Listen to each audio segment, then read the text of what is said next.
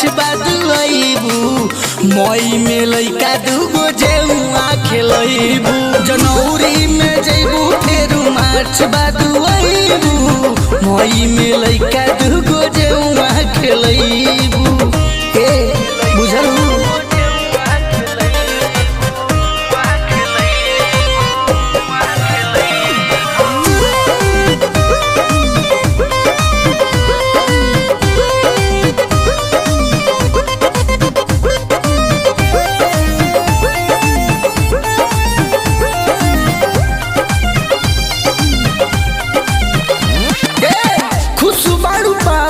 के इज्जत बच्चा के टेंशन रहता ने भेंट कर या के दिमाग गरम बा बुझाई न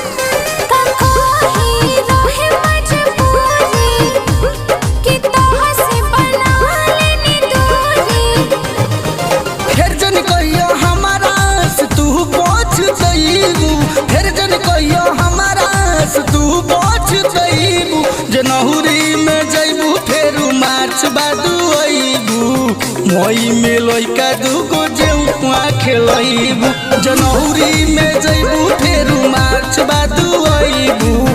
मई में लइका दूगो जेउआ खेलइबू।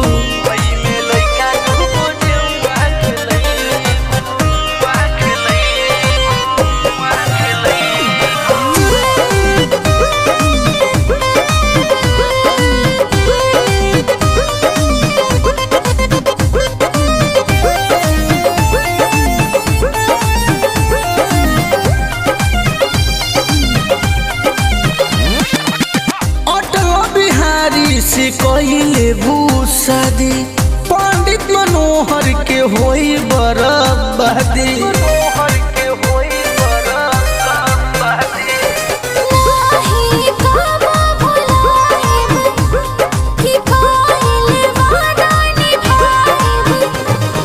फिर जन कहियो हमारा से तू पहुंच जइबू फिर जन कहियो हमारा से तू पहुंच जइबू जनवरी फेरू मार्च बाद अइबू मई में लइका दूगो जेउआ खेलइबू जनवरी में जइबू फेरू मार्च बाद अइबू मई में लइका दूगो